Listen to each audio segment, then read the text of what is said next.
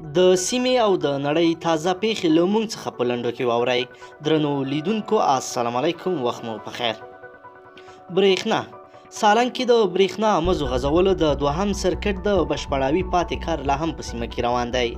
له همدې امله د کابل، پروان، کاپیسا، لغمان، ننګرهار، میدان وردګ، غزني، لوګر، خوست او پکتیا ولایتونو وارداتي برېښنا بیا هم پرچاو ده. افغانستان د هیواد په بیلابیلو 14 ولایتونو کې د 220 میلیون افغانیو په لګښت د اوبو 58 کوچني بندونه جوړیږي او د هرات په انجیل کې د سیند غاړو پر استحکامي دیوالونو هم 9 میلیون افغانۍ لګول کیږي. مشرانو جرګه د مشرانو جرګې سناتورانو تېره ورځ د ولسمشریزو ټاکنو د پایلو پر نه اعلان سختې نیوکې کړې او وایي چې د ټاکنو د پایلو صلاحیت په کابل کې د امریکا سفارت او سپینې ماڼۍ سره دی.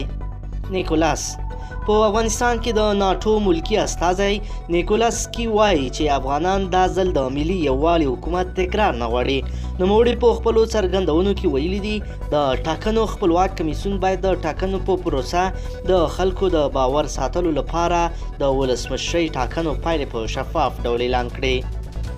فرزانه کوچی په ولسي جرګه کې د کوچیانو وکیله فرزانه کوچی د NHP سولې جایزې ته نومانده شوې ده. دغه جایزه چې د نړۍ له بیلابیلو هیوادونو ورته په 2 برخو کې ښځینه او نارینه خلک نوماندېږي، هغه کسانو ته جایزه ورکوي چې د ښځو سولې او امنیت په برخه کې کار کړی وي. همداراز په دغه برخه کې د مشرۍ، پالیسي او پریکړې کوونکي صلاحیت ولري او ټولنې ته یې ګټه رسېدلې وي. کرکټ ټیم د افغانستان کرکټ ملي لوبډله چې اوس مهال په هند کې په تمریناتو بوخته ده او له ویسټ انډیز سره لوبې لري، ټولو لوبغاړو په ګډه د مجیب الرحمن د کوژدن په خوشحالۍ کې کیک راوړی او دغه خوشحالۍ په ګډه ولمانځله. پاکستان د پاکستان 2 ښارونو د نړۍ په 10 ککړو هیوادونو په سر کې راغلی دی. د پاکستان لاهور ښار بیا د نړۍ تر ټولو زیات ککړ هیواد دی چې خرابه هوا لري. همداراز د پاکستان تر ټولو ستر ښار کراچۍ بیا په دغه لیست کې دریم مقام خپل کړی دی. هګۍ په هند کې یوه ډېره عجیبه پیښه رامنځته شوې ده. یوه ښځه چې هګۍ ډېرې خوښېدې او خاوند به ورته نه راوړلی، نو د هګو لپاره یې خپل خاوند پرېښود او له خپل انډیوال سره وتښتېدله. ننګرهار د ننګرهار د کرنې، اوبو لګولو او مالدارۍ ریاست د دې ولایت د اچین، شیرزاد، کوټ، رودات، خوږیاڼي او چاپرهار ولسوالیو یو شمېر کروندګرو میرمنو ته د خوړو د پروسس په برخه کې روزنه ورکړې ده.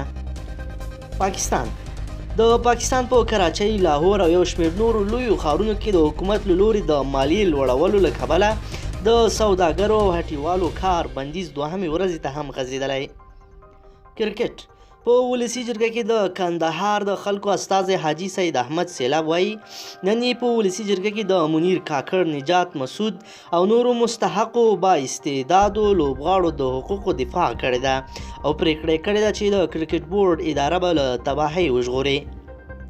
مولانا فضل الرحمن په پاکستان کې د جمعیت علماء اسلام مذهبي ګوند مشر مولانا فضل الرحمن د پاکستانی حکومت پر ضد د لاریونونو پر مهال ویلي دي چې د عمران خان حکومت ړنګول مقدس جهاد ده چې باید ټول پاکستانیان پکې برخه واخلي. درنو لیدونکو مننه له تاسو څخه چې موږ سره وای.